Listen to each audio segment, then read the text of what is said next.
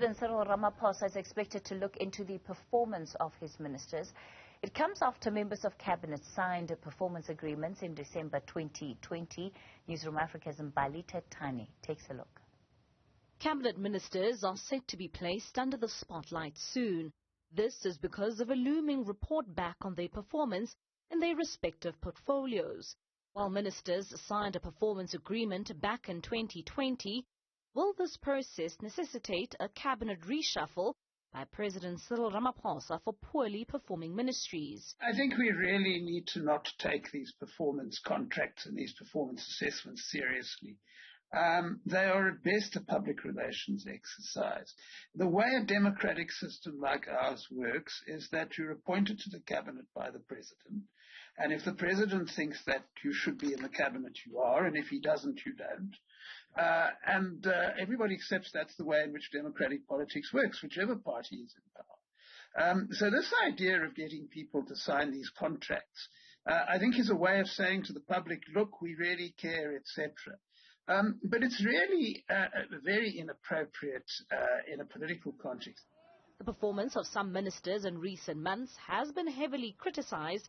This follows the July unrest last year and government's incapacity to deal with the riots. Former Minister of Public Service and Administration Ayanda Dlodlo has since left her post to take up a position at the World Bank. Minister of Police Bheki Cele and Minister of Home Affairs Aaron Motsoaledi have also come under scrutiny. What I predict is a situation perhaps where the president will be compelled or even forced to make a change with the minister who have left.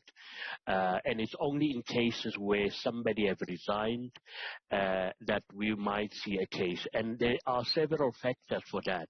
But we all know there are ministries where many South Africans perhaps believe that there should be a change. One of them that I can highlight is definitely the ministry, the police and police minister Bheki Cele. There have been a lot of complaints around how he has been handling the issues of crime in South Africa.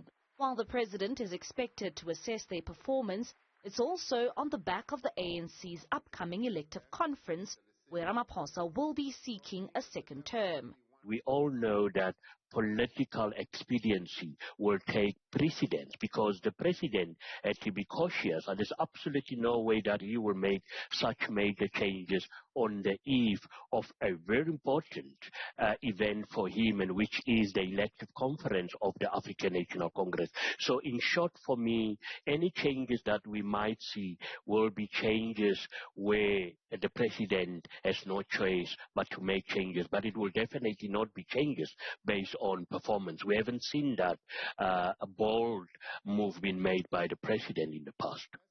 While analysts believe there won't be any major changes to the cabinet based on their performance, the prerogative still rests with the president on whether ministers remain in their positions.